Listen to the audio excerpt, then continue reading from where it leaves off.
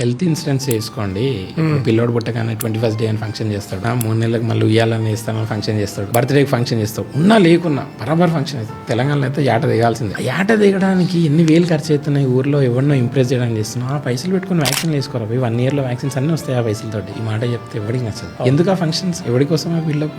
ఏదేమైనా కానీ ఫంక్షన్ చేయాల్సిందే. ఈ అనవసరమైన వాటికి పోయే బదులు ఈ డబ్బులు కూడా పెట్టుకొని పిల్లలకి హెల్త్ ఇన్సూరెన్స్ కట్టు, పనికొస్తుంది కదా. I'm from well to do family. ఇప్పటి వరకు నా అబ్బాయికి బర్త్డే ఫంక్షన్ చేయలేదు. I use that money for something good. అవసరం లేదు లేనిపోయిన జనాలను పిలిచి షో ఆఫ్ చేసుకోవడం వల్ల ఏమీ రాదు. వాళ్ళు తినిపోయిన రేపటికి అయిపోయింది. ఏం పర్పస్ సర్వ్ అవుతుంది. ఇప్పుడు నువ్వు తిండి పెట్టేది అట్లీస్ట్ అన్నదానం కూడా కాదు కదా, నీ చుట్టాలి కదా, వాడికి ఇంట్లో తినలేదా, ఎందుకు చేసుకుంటారు ఫంక్షన్ అంటే?